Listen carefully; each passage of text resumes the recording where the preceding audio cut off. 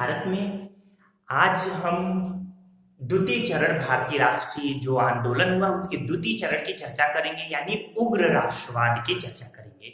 ये जो उग्र राष्ट्रवाद या उग्रवादी या फिर अतिवादी विचारधारा थी, इसका जन्म भी उदारवादी विचारधारा के परिप्रेक्ष्य में हुआ। उदारवादी विचारधारा के इसके पहले वाले लेक्चर में मैंने पूरा विस्तृत चर्चा की है। तो उदारवादी जो विचारधारा थी वो ब्रिटिश साम्राज्य के साथ सहयोग की भावना के बातचीत की भावना के साथ अपनी मांगे मंगवाना चाहते थे, लेकिन 1885 से 1905 के बीच में ये जो उदारवादी विचारधारा रही ये अपने उद्देश्यों में बहुत ज्यादा सफल नहीं रही। तो इस तरीके से एक नई विचारधारा उग्र राष्ट्रवाद का जन्म हुआ, जिनका ये मानना था कि ब्रिटिश साम्राज्य से भिक्षावृत्ति करने से या अपना अधिकार बातचीत से मांगने से कुछ हासिल नहीं होगा। हमें उनसे उग्र राष्ट्रवाद के द्वारा, यानी हमें उनके साथ याचना छोड़कर अपनी मांग मांगनी पड़ेगी। अगर हम भिक्षावृत्ति याचना की बात करेंगे तो नहीं, हमें अपने हक के लिए लड़ना होगा। ये विचारधारा थी उग्र राष्ट्रवाद की। जिस समय उग्र राष्ट्रवाद की विचारधारा 1905 से आगे बढ़ी, उसी समय भारत में क्रांतिकारी विचारधारा भी साथ साथ चली थी। क्रांतिकारी और उग्र राष्ट्रवाद, यानी जो ये उग्रवाद था और क्रांतिकारी, इन दोनों विचारधाराओं का अंतर ये था, क्रांतिकारी जो विचारधारा थी उसमें वो अस्त्र शस्त्र उठा लिया उन लोगों ने, यानी क्रांतिकारियों ने अस्त्र शस्त्र और अंग्रेजों को मारने और इस तरह की नीतियों के द्वारा भारत की आजादी की तरफ बढ़े। जबकि उग्र राष्ट्रवाद अपनी तीखी बातों से, तीखी आलोचनाओं से, इसके अलावा व्यंग्यात्मक बाणों से, इसके अलावा समाचार पत्र वगैरह में अपने वक्तव्यों से अंग्रेजों की नीतियों की आलोचना किया करता था और एक विशेष हक, उम्मीद की आशा भी रख रहा था अंग्रेजों से, लेकिन भिक्षावृत्ति के बल पर नहीं, अपनी मांग यानी खुद छीनना। उग्रवादियों का ये मानना था कि हमें अपने हक की लड़ाई के लिए खुद ही आगे आना होगा। जहां उदारवादी एक प्रबुद्ध वर्ग और एक ऊंचा वर्ग उदारवादियों का नेतृत्व कर रहा था, पढ़ा लिखा वर्ग कर रहा था, वही उग्रवादियों का जो नेतृत्व था वो निम्न मध्यम वर्ग, इसके अलावा विद्यार्थी, किसान और मजदूर, ये सब वर्ग उग्रवादी जो वर्ग था उसका नेतृत्व कर रहे थे। उग्रवाद की अगर हम बात करें तो भारतीय राष्ट्रीय आंदोलन के द्वितीय चरण यानी उग्रवादी काल में 4 प्रमुख नाम आते हैं अतिवादी या उग्रवादियों के। 3 तो लाल बाल पाल के नाम से जाने जाते हैं, लाला लाजपत राय, बाल गंगाधर तिलक और बिपिन चंद्र पाल, जबकि एक अरविंद घोष। यहाँ पे लाला लाजपत राय ने अपने पत्र पंजाबी में, फिर बाल गंगाधर तिलक ने अपने पत्र केसरी द्वारा, इसी तरीके से बिपिन चंद्र पाल ने न्यू इंडिया द्वारा और अरविंद घोष ने इंदु प्रकाश द्वारा ब्रिटिश नीतियों की बहुत यानी कटु आलोचना की। इस तरीके से लगातार ये उग्रवादी ब्रिटिश नीतियों की खुलेआम आलोचना कर रहे थे, जबकि उदारवादी ब्रिटिश नीतियों की आलोचना खुलेआम नहीं करते थे। वे ब्रिटिश के साथ एक सहयोग की भावना से आगे बढ़ रहे थे। तो ये भी अंतर था उदारवादी और उग्रवादियों में। जो उदारवादियों का समय था उसी समय भारत में कई राष्ट्रवादियों का भी समय आया, कई विचारकों का भी समय था, जिसमें एक प्रमुख नाम आता है स्वामी विवेकानंद जी। तो स्वामी विवेकानंद जी का वक्तव्य था कि कमजोरी पाप है, कमजोरी मृत्यु है, हे भगवान हमारा राष्ट्र कब स्वतंत्र होगा। ये कथन वक्तव्य पूछे जाते हैं, इसलिए इस लेक्चर में मैंने ढेर सारे कथन वक्तव्य भी लिए हैं। तो ये याद रखिएगा, कमजोरी पाप है, कमजोरी मृत्यु है। ये किसका कथन था? स्वामी विवेकानंद जी का।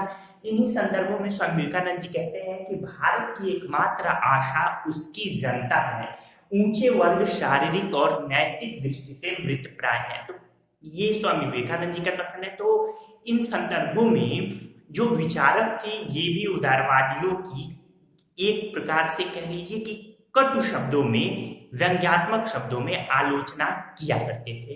इन्हीं संदर्भों में तिलक जी ने एक स्टेटमेंट दिया था कि अनुनय विनय नहीं युयुत्सा, यानी अब अनुनय विनय बहुत हो गया, अब युयुत्सा, अब हम युद्ध होगा, अब हम अपने अधिकारों की लड़ाई के लिए आगे आएंगे।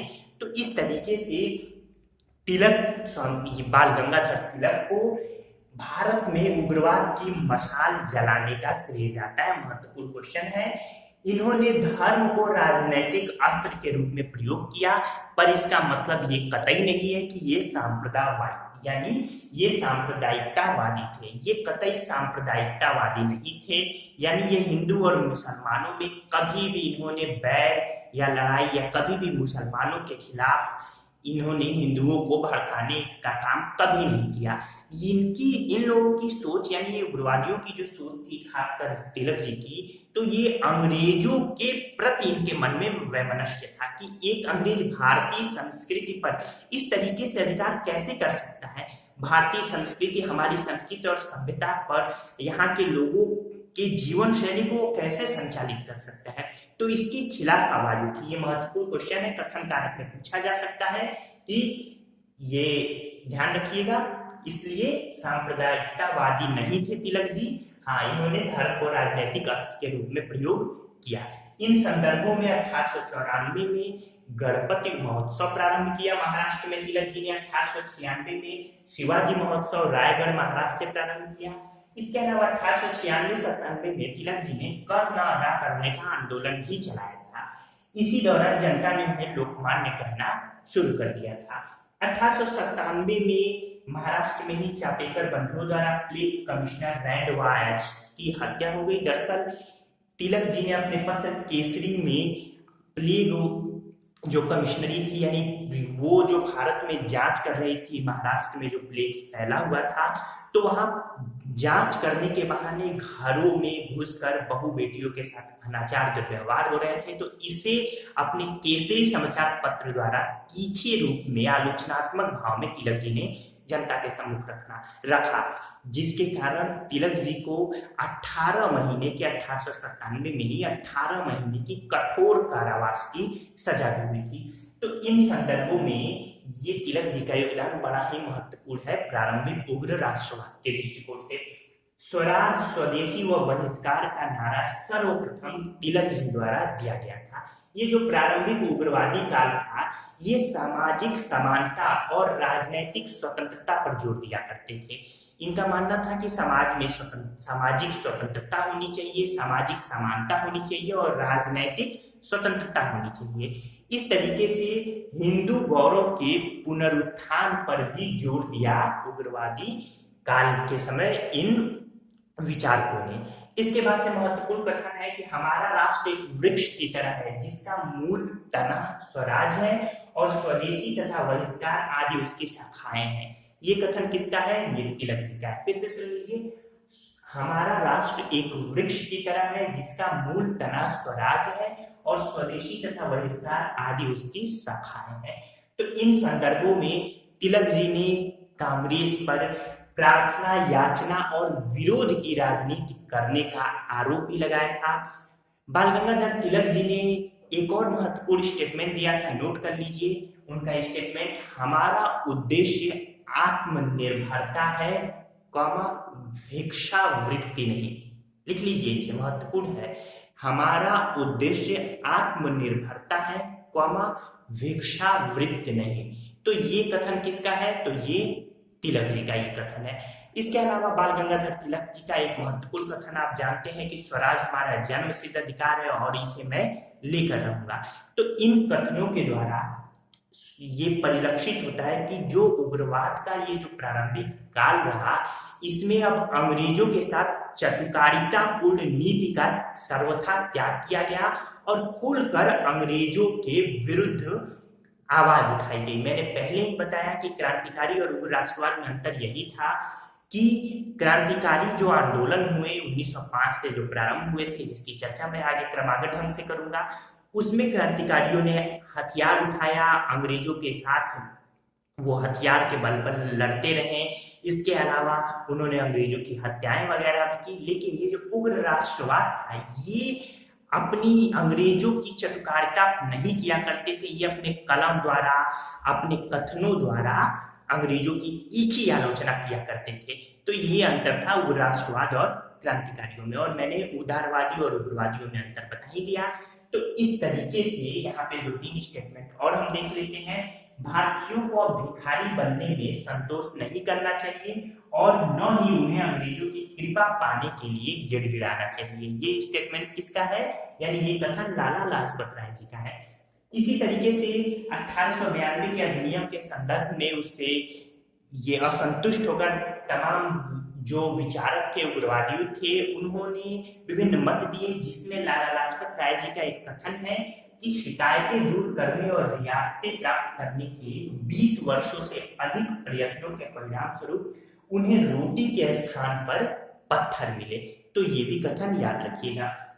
इसके अलावा अरविंद घोष जी का एक कथन है कि स्वतंत्रता हमारे जीवन का उद्देश्य है और हिंदू धर्म ही हमारे इस उद्देश्य की पूर्ति करेगा। इन्हीं संदर्भों में इन्हीं बेसेंट का एक स्टेटमेंट कथन महत्वपूर्ण है कि सारी हिंदू प्रणाली पश्चिमी सभ्यता से बढ़कर है। इंपॉर्टेंट कथन है। तो इस तरीके से ये कुछ महत्वपूर्ण कथन रहे और ये उग्रवादी काल की एक भूमिका रही।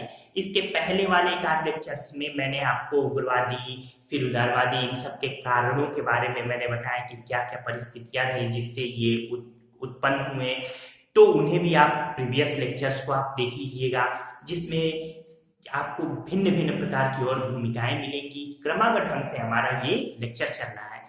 इस क्रम में हम इसके बाद जो उदारवादी काल था, ये उग्रवादी काल था, इस संदर्भ में 1905 से 1915 इसलिए कि इसके बाद से अब गांधीवादी युग शुरू होता है। नहीं तो उदारवादी काल की जो भूमिका है 1919 तक दिखाई देती है। तो 1905 से 1919 तक ढेर सारी परिस्थितियां रही, जिनमें 1905 का बंगाल विभाजन और स्वदेशी आंदोलन है। इसके बाद 1906 में ये मुस्लिम लीग की स्थापना दिखाई देती है। इसके बाद से 1907 में सूरत का अधिवेशन हुआ, जिसमें कांग्रेस का विभाजन हुआ।